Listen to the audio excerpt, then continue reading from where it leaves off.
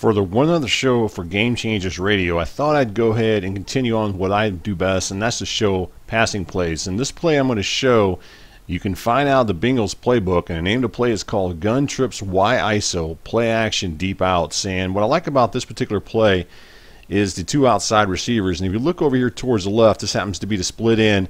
And what he runs is a 15-yard out route there as you look at it. And then over here towards the right, you also have a receiver. And in case this is not the flanker, it actually winds up being the tight end. He's isolated here on the right side. And he's also running a 15-yard out route. And so both of these routes are pretty effective in this year's game. You can hit it against man coverage if you time it just right, and you can also run it against zone coverage. And that's what I'm going to go ahead and show here in this video breakdown, how I like to run this play to attack zone coverage. So as we look at it, what I'm going to wind up doing is making a few hot route adjustments. So let's go ahead and do those hot route adjustments right now. We're going to go ahead and hot route the inside slot receiver, and he's lined up right here. We're going to go ahead and hot route him on a drag route. And then we also want to hot route the running back, and he's lined up right here as you look at your screen there. We're going to hot route him on a swing route. So we got those two hot route adjustments that we make. Now we still wind up having those two outside routes, those two deep out routes, and then we also wind up having this guy. In this case, is going to be this middle slot receiver. We'll call him that. And what he's going to wind up running, as you look at it, he actually runs a post route. Now, if they come out and cover two coverage, so say they cover cover two type zone coverage, he should be open where you can make that throw over the deep middle of the field and complete it. Against cover three, he may be open. We'll talk about that here in just a second, where he may be an option. But generally, he's probably more likely will be covered. But there is a little bit of a hole there where you can make that throw to him. And then if they come out and cover four coverage, especially if they have two defenders dropping back in purple zones, for example, say that they wind up having this guy right here dropping back into a purple zone in this area here, and perhaps maybe this guy over here dropping into a purple zone, or they run some type of defense like that where they have the guys dropping back in purple zones, those out routes probably aren't going to be as open as you would like. So what you might want to look to throw to is these two underneath receivers. In this case, it would wind up being this drag route that's ran by the inside slot receiver, or possibly this guy right here, which is going to be the halfback, is going to be leaking out over there on the swing route towards the left. Also, if they wind up blitzing, so say they wind up sending somebody off the edge here, maybe this guy comes in off the edge, and then you wind up having some kind of coverage where you wind up having this guy dropping back in this area here, and perhaps this guy drops in a hook zone, then you may not always have enough time to look to throw those deeper throws. So what you want to do, again, is look for the throw to the halfback as he comes out of the backfield on that swing route towards the left. So there's a lot of different options you can throw to with this particular play, depending on what kind of pass coverage your opponent decides to throw at you. For this particular video breakdown, what we want to do is go ahead and run this against cover three. So as you look at it, you can see this is cover three coverage, and with that, there's no defenders playing any of those buzz zones, so this play is going to work pretty effective against this type of coverage. And there's only a four-man pass rush, so we should have enough time to go ahead and make this throw. And the receiver that we're going to look to throw to, as I pointed out earlier, we're going to go ahead and look to throw to this guy right here, which is the split end. But keep in mind, this guy over here is an option as well, which happens to be the flanker. So let's go ahead or tight end out there on the other side of the field.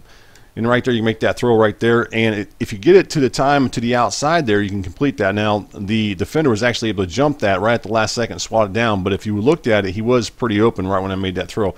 Let's go ahead and run this play one more time and take a look at it again. And you can see that it is an effective play against this type of coverage as long as you're able to make that throw on time. So let's go ahead and run it one more time. We'll make those hot route adjustments as you look at it.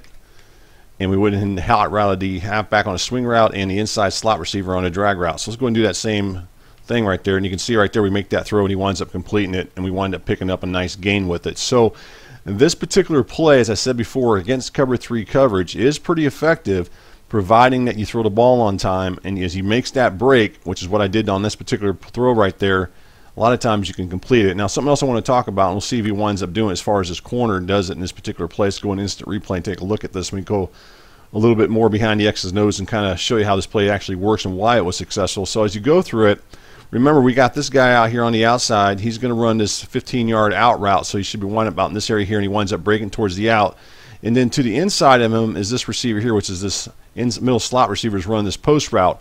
What we're hoping for is that this corner, in this case is going to wind up being the right corner, we're hoping he'll come in just a little bit to cover this post route, at least initially, and hopefully it'll give us that separation that we're looking for as far as with this receiver, as far as him going up the sideline here and breaking out. We're hoping that he'll wind up getting that area there where we can wind up making that throw to him, because of this corner will wind up coming a little bit to the inside here, and that's what we're hoping on here. So let's go ahead and take a look at this as you watch, and you can see right there, something else I want to point out here is right as we go off right on this particular play, depending on what the coverage is and depending on what defenders lined up across from this middle slot receiver, in this case happens to be this defensive back, he's going to actually wind up jamming the receiver. So this is going to slow his release down, and because of that reason, that corner may not come in as far as I would hope him to.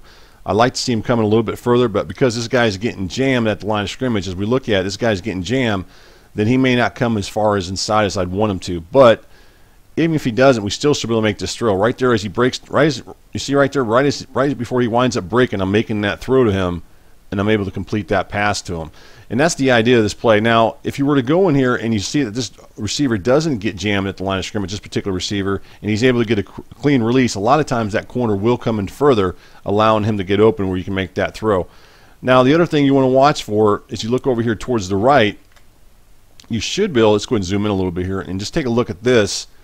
As you look at it, you can see that that receiver out there on the outside, which happens to be that tight end, now once he breaks to the outside, he could also be an option as well to throw to. So if you're messing around with this play and you get a little bit of time with it, keep an eye on him because he could also be an option to throw to. When you're making this throw to him, what you're going to wind up doing here, just kind of show you on the controller, when you're going to make that throw to him, make sure you're throwing it at the 3 o'clock position, so you want to throw it hard right.